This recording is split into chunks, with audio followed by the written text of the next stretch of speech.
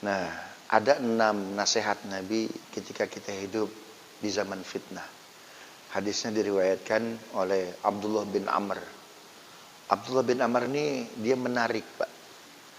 Ya, bapaknya Amr bin As. Amr bin As ini secara politik dia koalisi dengan kubunya siapa? Muawiyah bin Abi Sufyan. Tapi anaknya Abdullah bin Amr ikut kubunya Ali, Pak. Ya, ikut kubunya Ali.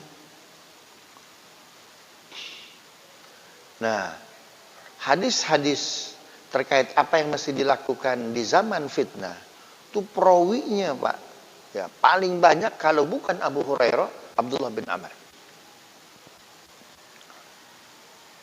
Kata Abdullah bin Amr, bainama nahnu, hadisnya riwayat Ibnu Majah 4343, bainama nahnu haula Rasulullah sallallahu alaihi wasallam idz dzakara al-fitnah, ketika kami di tengah-tengah Rasulullah sallallahu alaihi wasallam, Nabi menjelaskan kondisi fitnah.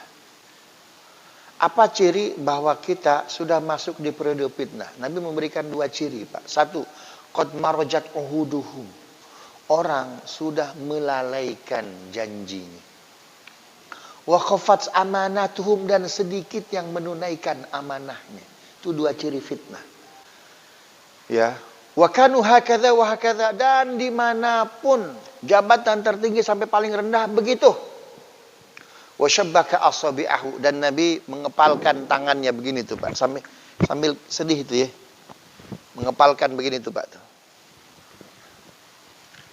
Lantas Abdullah bin Amr, fakumtu ilaih, lalu aku berdiri menghampiri Nabi. Wa sa'altu ilaih, dan bertanya, madza af'alu 'inda dzalik?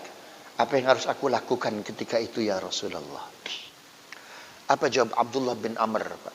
Apa jawab Rasulullah sallallahu alaihi wasallam? Pertama, wahai Abdullah bin Amr, ilzam baitak, banyak-banyak di rumah. Udah jangan banyak keluar, di rumah aja. Maksudnya apa diam di rumah itu? Kalau kita, kemampuan kita nggak bisa mengubah fitnah, kita siapkan anak-anak kita. Ya, kita didik mereka, kita kadar mereka. Siapa tahu masa mereka yang akan mengubah fitnah itu. Yang kedua, amlik alaika lisanak, jaga lisan. Paham ya? 2, 3. Wa khudh bima ta'rif. Hidup di zaman fitnah, lakukan amar ma'ruf level paling rendah, Pak. Ya. Padahal man ra'a minkum munkaran falyughayyirhu biyadihi. Barang siapa melihat kemungkaran, ubah dengan tangannya, enggak mampu dengan lisannya, enggak mampu dengan hatinya, dan itu adalah selemah-lemahnya iman.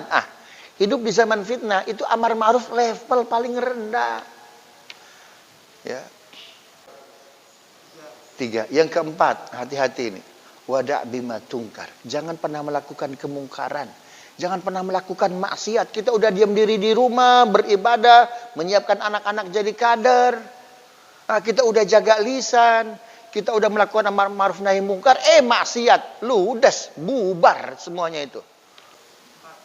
Yang kelima, wa'mur bi khasati nafsika, sibuk dengan perbaikan diri sendiri.